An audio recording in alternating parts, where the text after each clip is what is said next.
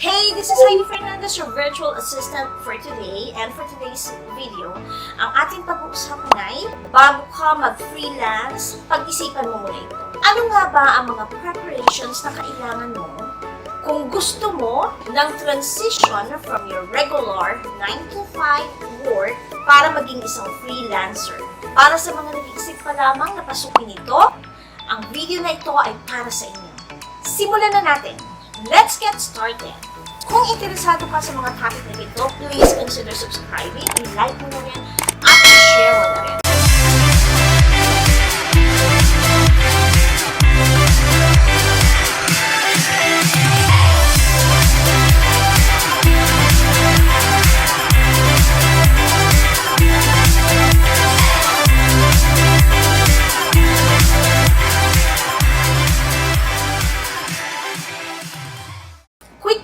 Lang po para sa mga buguhang freelancer.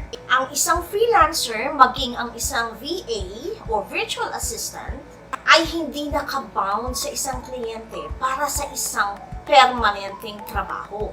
Ibig sabihin, may mga pagkakataon na may option si client na tapusin na ang inyong working relationship. For example, natapos na ang isang project or napag-isipan niya na palitan ka.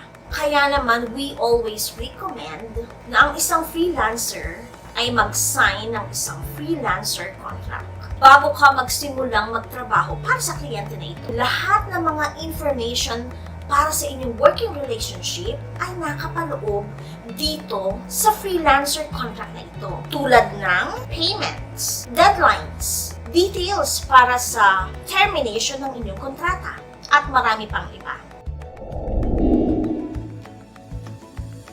Get your finances sorted out. Ayusin mo muna yung iyong finances before you quit your work. Kailangan malaman mo na ang freelancing ay medyo unpredictable ang work setup. Lalo na kung nagsisimula ka pa lang. It will probably take time bago ka magkaroon ng regular income or regular steady income sa freelancing o sa pagiging isang virtual assistant. Kailangan ayusin mo muna ang iyong finances para makapag-save ka o makapaglaan ka para sa transition mo ito. Itong savings na ito will cover your basic needs, halimbawa, essential expenses. At recommended ko to compute for at least 6 months o yun yung iyong allowance o yung adjustment mo sa transition mo ito. Kung meron kang secondary source of income, mas maganda. Halimbawa, nagbebenta ka ng mga products online o nagbebenta ka ng mga pagkain online, mas maganda na meron kang secondary source of income.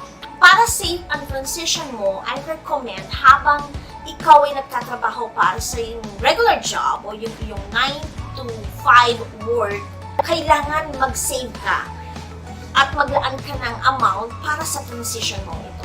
Establish an online presence. Kung ready ka na sa transition mo para maging isang freelancer, establish your online presence. Isa kasing possibility na gawin ng iyong potential client ay hanapin ka niya online. She or he will do a quick search on you on the internet. Use social media platforms like LinkedIn, Facebook, Twitter na pwede mag-showcase ng iyong talents o ng iyong skills. Create a website and a portfolio. Tandaan mo, when clients look for freelancers, gusto nila ng solid evidence that the job will be done up to standards. An impressive portfolio o yung napaka-impressive na portfolio makes a freelancer. Ito yung komunikasyon mo sa iyong potential client na you can really do a good job. This portfolio ay yung iyong paraan para mag-create ng credibility at makapaglatag ng iyong mga experiences, making it more likely for you to get the job. Marami namang paraan para gumawa ng iyong website o ng iyong portfolio. Meron akong video para dyan, para mag-guide ko kayo kung paano gumawa ng portfolio o ng website ng libre at walang gastos. Join community na makakatulong sa iyo bilang isang freelancer. Halimbawa, join Facebook groups or community na nagbibigay ng tips para ma-enhance mo pa yung iyong potentials as freelancer. Meron po akong community para dyan at nasa comment section po or nasa comment box po ang link ng Facebook. Tandaan nyo, meron din mga Facebook groups or page na nagpo-post ng mga job opportunities. So, wag natin i-underestimate yung pag-join ng mga community dahil pwede kayong makakuha ng mga clients through this strategy. And lastly, join events, webinars, classes na libre.